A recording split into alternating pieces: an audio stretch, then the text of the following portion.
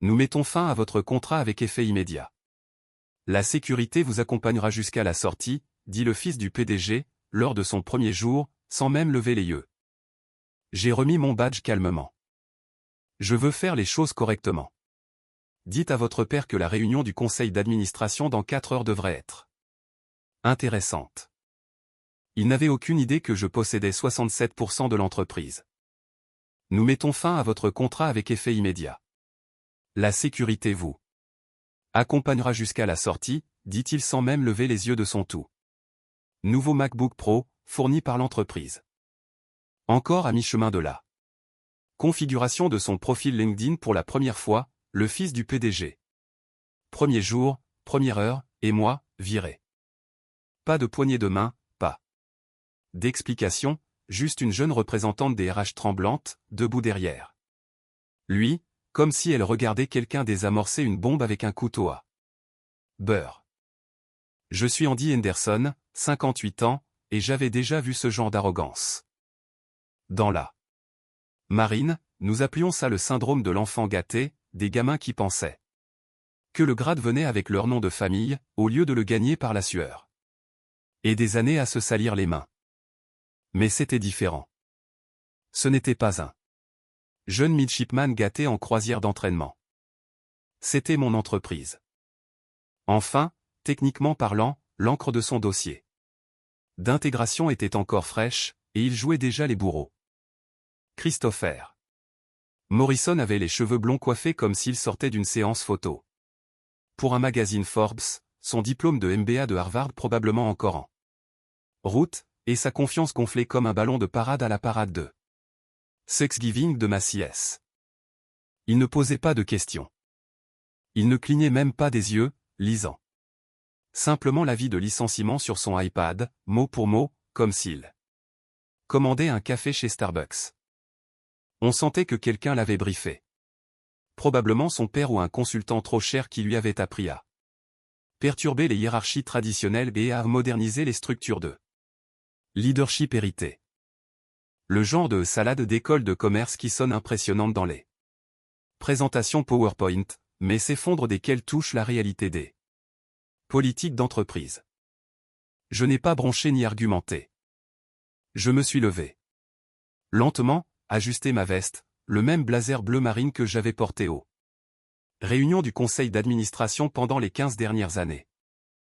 Et j'ai remis mon badge avec le calme que l'on acquiert après 30 ans à avaler les politiques d'entreprise et à traverser les guerres de conseil.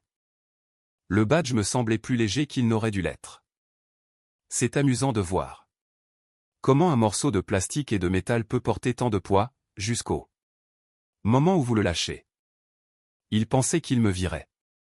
Il pensait que c'était son grand coup de force, dès le premier jour. Sa chance de montrer à papa et au conseil qu'il n'était pas juste un autre pistonné. Qu'il pouvait prendre des décisions difficiles et faire le ménage comme un vrai dirigeant. Ce que Christopher Morrison ne réalisait pas, c'est que je me préparais à ce moment précis depuis 25 ans. Tout ce que j'ai dit, c'est « je veux faire les choses correctement ». Dites à votre père que la réunion du conseil d'administration dans 4 heures devrait être intéressante. Les mots sont restés suspendus dans l'air, comme la fumée d'une mèche allumée. Christopher a à peine levé les yeux de son écran, probablement déjà en train de composer mentalement son tweet de victoire ou de planifier son dîner de célébration. Mais j'ai vu les yeux de la représentante des RH s'élargir légèrement. Jennifer. Elle était dans l'entreprise depuis 8 ans. Elle savait que quelque chose n'allait pas, même si elle ne pouvait pas mettre le doigt dessus. Puis je suis sorti. Devant la représentante des RH silencieuse, devant le gardien de sécurité, qui semblait plus confus qu'inquiet. Mickey travaillait ici à la sécurité avant même que Christopher ait l'âge de conduire. Devant la photo encadrée de la famille fondatrice dans le hall. Cette photo m'avait toujours dérangé. Une propagande d'entreprise glacée montrant 3 générations de Morrison, debout devant notre navire amiral, le Houston Pride. C'est amusant de voir comment ils avaient réussi à laisser de côté l'homme qui avaient réellement rédigé les statuts sur lesquels ils avaient bâti leur empire maritime. Le hall semblait différent alors que j'y marchais. Les mêmes sols en marbre, le même bureau de réception où Patricia gérait les appels depuis une décennie, les mêmes fenêtres du sol au plafond donnant sur l'horizon de Houston. Mais quelque chose avait changé.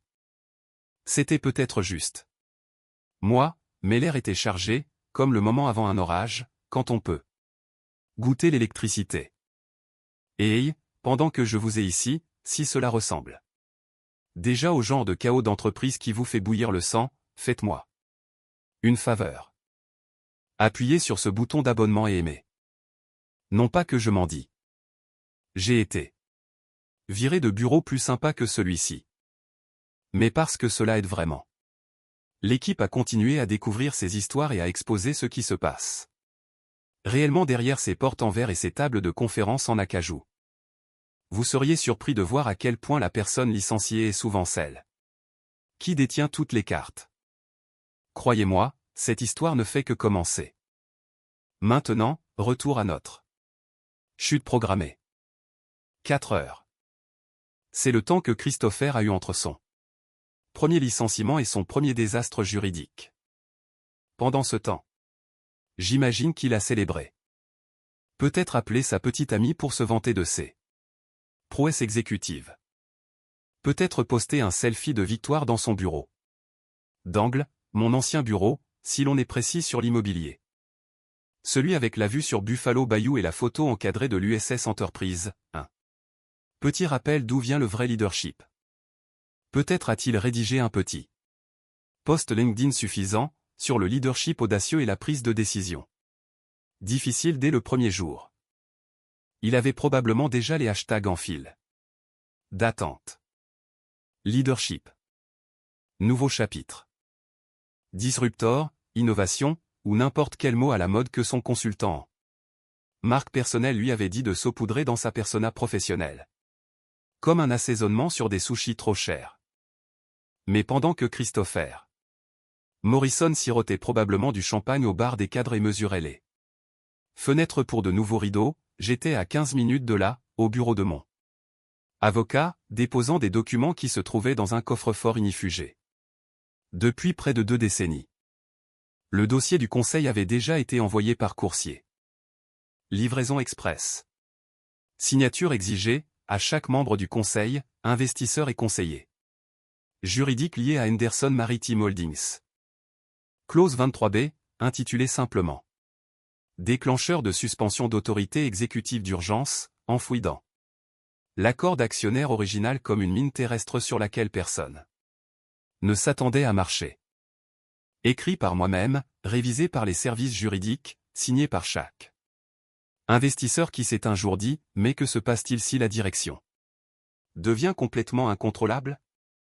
La réponse, si un dirigeant est licencié sans vote formel du conseil d'administration, et que ce licenciement est initié par un nommé non actionnaire, alors ce nommé perd toute autorité intérimaire. Le conseil se réunit dans la journée. Le pouvoir de vote revient à l'actionnaire majoritaire, moi. Car pendant que Christopher Morrison sirotait probablement du champagne au bar des cadres et mesurait les fenêtres pour de nouveaux rideaux, je déposais cette activation de clause, datée, signée, horodatée, et acheminée par coursier à chaque membre du conseil. Investisseur et conseiller général lié à Henderson Maritime Holdings. Et contrairement à son dossier de bienvenue, le mien était accompagné d'un accusé de réception certifié et d'assez de documentation légale pour étouffer un juge fédéral. Il pensait que je partirais tranquillement. Ce que Christopher ignorait, c'est que je n'avais jamais construit cette entreprise pour qu'elle soit vue. Je l'avais construite pour la protéger de gens exactement comme lui. Des gens prétentieux, impatients, à qui on avait donné le pouvoir comme si cela venait avec le mot de passe Wi-Fi de la famille. Il n'était pas le premier Morrison à me sous-estimer. Mais il pourrait bien être le dernier. Car au moment où son post LinkedIn était à moitié rédigé, son nom avait déjà été signalé dans le système comme dirigeant non reconnu, sans droit de vote, en attente de l'examen des actionnaires. Et son père, le fondateur, n'avait toujours pas vu le dossier. Mais il le verrait. Oh, oui, il le verrait. Il y a une raison pour laquelle mon nom n'apparaît pas dans les brochures glacées de l'entreprise ou sur la page à propos de nous. J'étais le fantôme. Dans la machine, la clause dans le contrat, l'appel que vous passiez lorsque les lumières de la salle de conférence étaient éteintes et que les gardes-côtes posaient des questions inconfortables sur les manifestes d'expédition. Je n'ai jamais voulu les projecteurs. Je voulais la structure, la stabilité, l'influence et les capitaux propres. Mon Dieu, les capitaux propres. Pendant que les Morrison nommaient des salles de conférences d'après des parents décédés et distribuaient des plaques à des gens qui étaient là depuis 5 trimestres fiscaux, je prenais des paiements en pourcentage. Un demi-point ici, un point entier là. Des capitaux propres, pas des primes. Des actions avec droit de vote, pas des titres. Chaque fois qu'une affaire se concluait ou qu'un investisseur venait fureter dans nos opérations maritimes, je négociais une autre part, discrètement, efficacement. Je ne jouais pas au poker, je construisais la table et imprimais les cartes. Cela a commencé lorsqu'Henderson Maritime n'était que 2 chaises pliantes, un tableau blanc, et un fondateur qui pensait que la conformité était le problème de quelqu'un d'autre. Nick Morrison était un visionnaire, bien sûr. Le genre à ne pas se souvenir si nous avions payé nos frais de port ou si nous avions accidentellement viré 6 chiffres au gars qui avait peint notre salle de pause. Entrepreneur classique. Grandes idées, angle mort plus grand encore. Je suis intervenu lors de notre 2e année, quand les gardes-côtes sont arrivés pour poser des questions sur des manifestes de cargaison manquants. Nick était prêt à prendre un avocat et à se battre. J'ai suggéré que nous réparions plutôt les systèmes, que nous rationalisions les opérations, que nous stabilisions les flux de trésorerie, que nous sécurisions nos contrats d'expédition avec les principales plateformes pétrolières du Golfe. Nous sommes devenus légitimes. Nous sommes devenus rentables. Nous sommes devenus à l'épreuve des balles. Pour mes ennuis, il m'a offert un titre de vice-président et un bureau d'angle avec vue sur le canal maritime. J'ai refusé. J'ai demandé des actions à la place.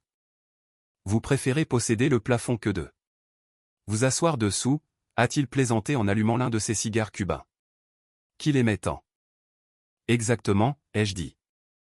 À la 3e année, je possédais 18%, pas mal pour un officier de logistique de la marine qui savait lire un bilan. À la 8e année, lorsque nous avons décroché le contrat ExxonMobil et commencé à acheminer de vrais tonnages via le port de Houston, j'étais monté à 41%. Le directeur financier est parti en claquant la porte, suite à une dispute houleuse concernant des fonds mal alloués et une comptabilité créative qui aurait fait rougir Enron. J'ai racheté ces actions à un prix très avantageux. Le divorce coûte cher, et Timothy avait besoin d'argent rapidement pour empêcher son ex-femme d'emmener les enfants en Californie. Lorsque le frère de Nick a tenté de nous poursuivre en justice pour une catastrophe maritime offshore qui a fait les gros titres du soir pour toutes les mauvaises raisons, il a échoué. Spectaculairement. Il s'avère que lorsque vous tenez des registres méticuleux et respectez scrupuleusement les réglementations de la garde côtière, il est difficile de prouver la négligence. Après que ses frais juridiques aient atteint 7 chiffres, il a proposé de régler l'affaire en privé. J'ai pris ces 26% restants. En échange d'un accord de non-divulgation blindé et d'une promesse de ne jamais divulguer le cauchemar réglementaire de la famille aux publications commerciales maritimes. 67%. C'est là que je me suis assis tranquillement. Pas de fanfare, pas de défilé, juste une participation majoritaire soigneusement enregistrée au registre du Delaware où Henderson Maritime Holdings était incorporé. Et niché. Dans cette propriété se trouvait la clause 23B, une petite section annexe. Étrange que personne n'avait jamais pris la peine de lire parce que nous n'en avions jamais eu besoin. Jusqu'à présent. La clause stipulait que si un cadre non actionnaire mettait fin Au contrat d'un dirigeant sans l'approbation du conseil d'administration, tous. Les pouvoirs exécutifs seraient suspendus en attendant l'examen des actionnaires. C'était une clause pour les urgences, les trahisons, la stupidité. Je l'ai écrite après que le neveu de Nick, un neveu différent, c'était en 2008, ait tenté de licencier tout le département logistique lors d'une crise de colère. À propos de factures manquantes. La carrière maritime de ce gamin s'est éteinte en 48 heures. Il a perdu sa licence de marin marchand et tout le reste. C'était la dernière fois que quelqu'un touchait à un pouvoir qu'il n'avait pas gagné. Jusqu'à Christopher. Car ce que ce MBA de Harvard ne comprenait pas, ce que personne ne lui avait dit. Dans ses séminaires d'école de commerce trop chers sur la perturbation des industries traditionnelles, c'est qu'hériter d'un titre ne signifie pas hériter du contrôle. Le contrôle n'est pas un don. Il ne se trouve pas dans votre nom de famille, ni sur la plaque de votre bureau, ni dans le titre de votre profil LinkedIn. Il est dans les contrats, dans les petits caractères, dans la clause rédigée lors d'un appel téléphonique à 2 heures du matin avec un investisseur paranoïaque de Boston, qui voulait savoir ce qui se passerait si le gamin d'un riche était promu au-delà de ses compétences. Il s'avère que cela s'active exactement comme ça. Une révocation arrogante, sans conseil d'administration, sans motif, sans procédure. Juste un gamin avec un blanchiment de dents tout frais et une nouvelle signature de mail, qui entrait dans mon bureau comme s'il réalisait un reboot de Succession, mais avec des navires au lieu d'empire médiatique. Il n'avait aucune idée qu'en lisant ce script, il avait déclenché une trappe corporative qui attendait depuis 25 ans. Quelqu'un d'assez stupide pour y marcher. Désormais, cette clause était active. Je n'ai pas seulement envoyé la lettre d'activation, j'ai envoyé un dossier juridique complet. Relevé d'actionnaires. Ventilation des capitaux propres, approbation de mes archivés, documents. Horodaté, copie notariée. J'ai même inclus le petit mémo de résiliation de Christopher, signé et daté, avec ses erreurs grammaticales et la signature du témoin RH. Ils en riraient plus tard. Enfin, quelqu'un en rirait. Car pendant qu'il cherchait comment commander de nouveaux meubles de bureau et faire passer sa carte d'accès au statut exécutif, le Conseil lisait un mémo intitulé « Suspension immédiate de l'autorité exécutive, activation de la clause 23B ». Christopher allait découvrir ce qu'est le vrai pouvoir. Et Nick Morrison n'avait aucune idée que son tout nouveau projet d'héritage familial venait de marcher sur une mine dont le déclencheur portait le nom de son fils. Quelque part au 20e étage, dans un bureau au mur de verre qu'il n'avait pas gagné et ne comprenait pas, le fils du PDG se servait un verre de scotch de célébration. Le genre de bouteille qu'on gardait pour les grandes signatures de contrats ou les annonces d'IPO, dont aucune n'était à son horizon. Macallan 18, si je devais deviner. Le préféré de Nick. Probablement transmis. Comme tout le reste dans cette famille. Il l'a ouvert comme s'il venait de conquérir Rome, et non de virer l'homme qui avait réellement bâti l'Empire. A pris une photo pour Instagram, l'a postée avec une légende sur la prise de décision difficile dès le premier jour et la rupture avec la pensée traditionnelle. Le genre de bêtise de poster motivationnel d'entreprise qui donne envie aux vrais hommes d'affaires de jeter leur téléphone dans le canal maritime. Premier jour, premier problème résolu, a-t-il envoyé à sa petite amie. Il est temps de moderniser cet endroit. Il a retiré ses chaussures en cuir italien, s'est penché en arrière dans le fauteuil de direction comme il l'avait vu dans un million de photos de stock. Et a ouvert son ordinateur portable pour commencer à rédiger un message LinkedIn qui aurait fait vomir n'importe quel professionnel. Des relations publiques d'embarras par procuration.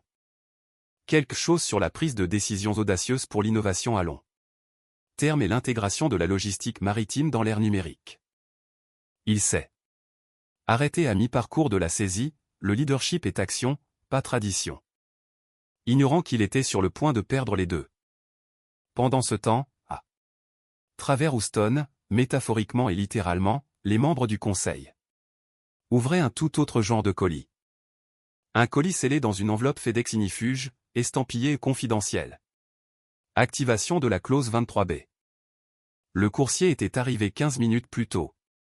Avait remis les paquets aux assistants exécutifs comme s'il s'agissait d'assignation à comparaître, et était parti sans un mot. Livraison express à 8 adresses différentes à travers le Texas, la Louisiane, et un investisseur malchanceux qui avait déménagé en Floride, mais détenait toujours des actions. Avec droit de vote depuis les débuts. À l'intérieur de ce paquet se trouvait une pile de 3 pouces d'épaisseur d'un enfer d'entreprise. Page de couverture, activation de la clause 23B, protocole de transition des actionnaires.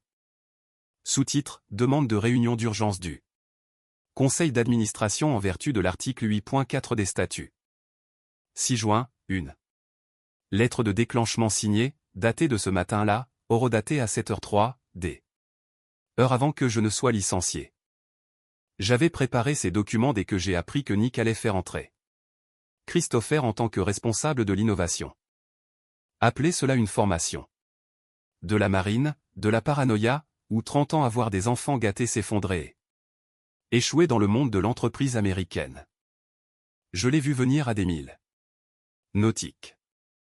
Accompagnant la lettre de déclenchement, une ventilation complète des capitaux propres, chaque action que j'avais acquise en 30 ans, chaque transaction, chaque accord co-signé, un registre de portefeuille complet avec notarisation et dépôt vérifié, des registres corporatifs du Delaware. Des documents de la SEC. Documentation, même la serviette originale où Nick et moi avions esquissé pour la première fois l'accord de partage des bénéfices en 1998, dûment attesté. Déposé auprès de notre conseiller juridique d'entreprise. La réaction ne fut pas instantanée. Ce fut pire. Ce fut ce lent et insidieux sentiment de terreur. Quand vous réalisez que non seulement vous avez des problèmes, mais que vous êtes en litige, et que vous n'avez pas encore vérifié vos emails. Au moment où l'avocat personnel de Nick Morrison a survolé la clause et est tombé sur l'expression clé suspension de l'autorité exécutive en cas de licenciement unilatéral par un non-actionnaire, il a dit tout haut, oh, non. Puis plus doucement, oh, non. Le dossier incluait également un mandat de réunion. Le conseil était légalement tenu de se réunir dans les 4 heures. Ce compte à rebours avait déjà commencé. Je m'en suis assuré. Je n'avais pas besoin d'être dans le bâtiment. La loi l'était. Les contrats l'étaient. Et au moment où l'histoire Instagram de célébration de Christopher a été mise en ligne, scotch à portée de main. Première décision exécutive prise avec un boomerang de verre qui s'entrechoque. Son nom était déjà signalé dans les registres DocuSign. LegalZoom comme le seul initiateur d'une résiliation qu'il n'avait aucune autorité pour faire. Pendant ce temps, à travers la ville et dans 2 fuseaux horaires, les membres du conseil annulaient des parties de golf, sautaient des dîners d'affaires et appelaient leurs assistants pour reporter les examens trimestriels. Ils n'étaient pas contents. Ils étaient piégés. Car une fois la clause 23B activée, il ne s'agit plus de politique de bureau. Il s'agit de devoirs fiduciaires, de droit de vote, d'exposition à la SEC, de leurs biens personnels, de leur nom. Sur des documents qu'ils n'avaient jamais examinés. Ce n'était pas une dispute familiale lors du dîner de Thanksgiving. Il s'agissait d'un retour de contrôle légalement contraignant, qui pourrait leur coûter leur siège au conseil, leur réputation et leur assurance responsabilité professionnelle. Et là, en noir et blanc, se trouvait le chiffre auquel il n'avait pas pensé depuis des années. 67% de contrôle majoritaire des voix des actionnaires. Déclenchement de la clause, rappel d'urgence de toutes les nominations exécutives effectuées au cours des 48 dernières heures. Révocation immédiate de l'autorité non sanctionnée par le Conseil. Mon autorité rétablie au moment où la sienne était annulée. Oh, et n'oublions pas la cerise sur le gâteau. La clause n'était pas seulement réelle. Elle était irréversible une fois déposée. Ce petit fait avait été ajouté lors d'une alerte très spécifique aux investisseurs en 2009, lorsque l'industrie maritime était frappée par des réglementations fédérales et que tout le monde était paranoïaque à l'idée d'OPA hostile. Il voulait l'assurance que si quelqu'un devenait incontrôlable, il ne pourrait pas annuler la réunion d'urgence avec une topologie de panique et une note rétractée. Il n'y avait pas de bouton de retour en arrière, pas de fonction annulée, pas de contrôle Z d'entreprise. Ainsi, pendant que Christopher se pavoisait dans le couloir avec son petit presse-papier, essayant de comprendre comment accéder au système financiers internes, les chaises de la salle de conférence étaient déjà occupées. Nick n'était pas encore arrivé, mais son téléphone avait sonné 3 fois et à chaque fois il avait ignoré l'écran. La 4e fois, il a décroché et tout a changé. Nick Morrison était à mi-swing au 7e trou du Houston Country Club, mâchant un cigare qui correspondait à son bronzage et à son ego, lorsque le premier appel est arrivé. Ignoré. Le deuxième aussi. Ce n'est qu'à la 3e sonnerie, insistante, perçante, provenant de la ligne personnelle de son conseiller juridique, qu'il a grogné, laissé tomber le club. Et claqué, ça a intérêt à être bon. Ce qui a suivi n'était pas bon. Ce n'était même pas mauvais. C'était catastrophique. J'ai besoin de vous au siège, a dit la voix à l'autre bout. Kenneth Williams, l'avocat qui nettoyait les désordres de la famille Morrison depuis 15 ans. Sa voix avait cette tension particulière qu'on n'entend que lorsque quelqu'un est sur le point d'annoncer une nouvelle qui ruine votre décennie entière. Tout de suite. Quoi? Pourquoi? Aboya Nick, sachant déjà qu'il ne voulait pas entendre la réponse. Votre fils a signé quelque chose. Vous devez l'entendre en personne. Clic. Il n'a pas terminé la partie, n'a pas donné de pourboire au caddie, n'a pas changé ses chaussures de golf, il a juste pris d'assaut son escalade et est retourné au bureau en moins de 20 minutes. Un record olympique pour quelqu'un qui avait généralement besoin de 2 assistants et d'un voiturier juste pour passer la porte d'entrée sans s'arrêter. Pour des poignées de main et des séances photos. Quand il est arrivé, le service juridique l'attendait. Timothy aussi, le directeur financier qui avait vu assez de désastres d'entreprise pour en reconnaître l'odeur. Une assistante tremblante et une salle de conférence à moitié pleine, où personne ne souriait plus. Le genre de silence que l'on trouve dans les salles d'attente d'hôpital et les tribunaux fédéraux. Kenneth Williams n'a pas perdu de temps en politesse. Il a simplement ouvert un dossier en cuir, a pris une inspiration comme un homme se préparant à livrer un diagnostic terminal, et a lu. Conformément à la clause 23B de l'accord d'actionnaire modifié. Toute résiliation exécutive effectuée par un non-actionnaire sans vote préalable du conseil d'administration entraînera la révocation immédiate de toute autorité de direction intérimaire, la suspension des nominations exécutives effectuées au cours des dernières 48 heures. Et le renvoi automatique du contrôle exécutif à l'actionnaire majoritaire en attendant l'examen d'urgence du conseil d'administration. Nick se figea un instant. Il semblait ne pas avoir entendu l'anglais. Puis sa mâchoire se serra, ses tempes battirent, et il grogna, « Qui a signé la résiliation ?» Personne ne répondit. Le silence s'étira comme une guimauve. Il demanda à nouveau, plus fort, plus désespéré, « Qui diable a signé la résiliation ?» Timothy déglutit. Difficilement, les yeux jetés sur la jeune assistante qui semblait sur le point de vomir dans sa tablette. Finalement, Kenneth répondit, d'un ton neutré. Inflexible, votre fils, Christopher, seul. Le silence dans cette pièce était chirurgical. Nick cligna des yeux une fois, lentement, puis de nouveau. La couleur s'échappa de son visage comme si quelqu'un avait tiré une prise derrière ses oreilles.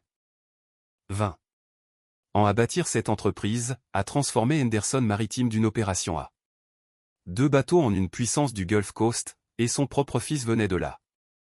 Rendre à l'homme qui la possédait vraiment. Il n'a pas l'autorité de signature, dit Nick, comme si le fait de le dire à voix haute pouvait en quelque sorte remonter le temps et annuler les 4 dernières heures de sa vie. Non, a dit Kenneth, il n'en a pas.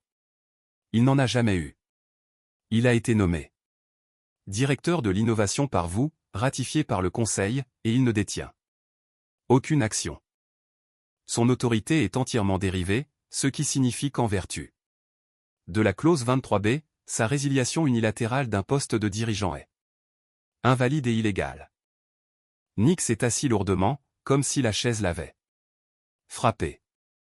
Ses mains tremblaient, il n'était plus le patriarche fanfaron d'un empire maritime de 500 millions de dollars, mais juste un vieil homme qui réalisait qu'il avait remis une arme chargée à quelqu'un qui pensait que la sécurité était facultative. Où est Andy ? Demanda-t-il, la voix à peine audible. Probablement en train d'écrire son discours d'acceptation, marmonna Timothy. Nick leva les yeux rouges. Qu'est-ce qu'on fait maintenant ? Kenneth referma le dossier. Vous asseyez dans cette salle de conseil. Vous écoutez. Vous n'interrompez pas. Et quand il entrera, parce qu'il entrera, vous vous souviendrez qu'Andy Henderson détient 67% de cette entreprise.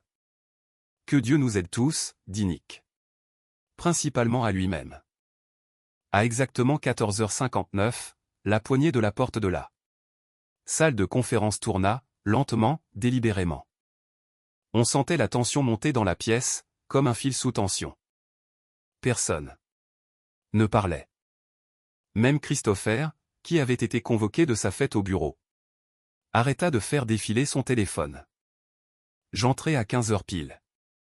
Pas de précipitation, pas de fanfare. Je portais le même costume bleu marine qu'il m'avait vu porter 1000 fois auparavant, taillé comme un uniforme, pas voyant. Pas bruyant, mais indéniablement le mien. Le genre de présence qui n'avait pas besoin d'introduction ou d'explication. Je n'ai pas souri, n'ai pas hoché la tête, n'ai pas demandé la permission. Je suis allé directement au bout de la table, le siège que Nick n'avait pas touché. Depuis que les griffes avaient atterri comme une charge de profondeur, et j'ai posé un dossier en cuir devant moi. Je ne me suis pas assis. Je l'ai ouvert et j'ai lu. Ma voix était calme, pas théâtrale, pas émotionnelle, juste factuelle. En tant qu'actionnaire majoritaire, dis-je, je demande formellement un vote contraignant pour annuler toutes les nominations exécutives effectuées au cours des dernières 48 heures, en attendant l'examen des actionnaires. Les mots frappèrent comme des marteaux sur l'acier. Pas de réaction au début, juste le silence, comme si la pièce avait oublié comment respirer. Puis le président du conseil s'éclaircit la gorge. Motion reçue, enregistrée et inscrite au procès-verbal pour examen immédiat. Christopher sembla sur le point de s'évanouir. Sa bouche s'ouvrit, mais aucun son n'en sortit. Ses mains, si stables quelques heures plus tôt lorsqu'il avait signé un mémo de licenciement, avec une signature qui ne signifiait plus rien maintenant, tremblaient autour des bords de son bloc-notes. Et pourtant, je ne parlais pas. Personne ne le faisait. Car il était là, écrit, prononcé, témoigné. Un rappel que je n'avais pas perdu le contrôle lorsque j'avais été escorté dehors. Je leur avais donné l'illusion de cela. Ils pensaient que je partirais. Ils pensaient que le badge signifiait le pouvoir. Mais je n'étais pas un employé. J'étais le propriétaire. Et c'était mon rappel. L'avocat a confirmé le dépôt. La clause 23b habilite l'autorité de l'actionnaire majoritaire à annuler les décisions exécutives intérimaires en attendant la vérification du conseil d'administration. Un vote peut avoir lieu. Le président du conseil a hoché la tête gravement. La motion est active. Tous.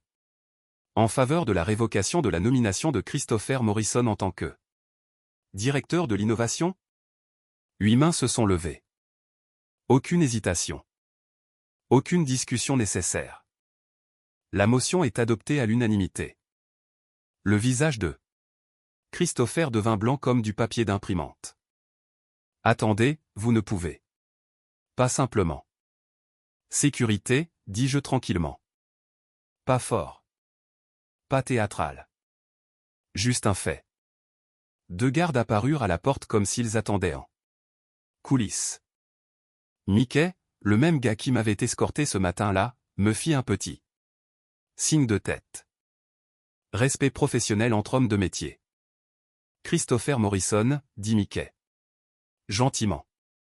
J'ai besoin de votre badge, de votre téléphone d'entreprise et de vos clés de bureau. Le MBA de Harvard regarda autour de la pièce comme si quelqu'un pouvait le sauver. Son père fixa la table. Les membres du conseil étudièrent leurs papiers. Personne ne croisa son regard. Il fouilla pour trouver son badge, les mains tremblantes. C'est l'entreprise de ma famille. Non, dis-je, m'asseyant enfin à la tête de la table. C'est mon entreprise. Votre famille y travaillait, c'est tout.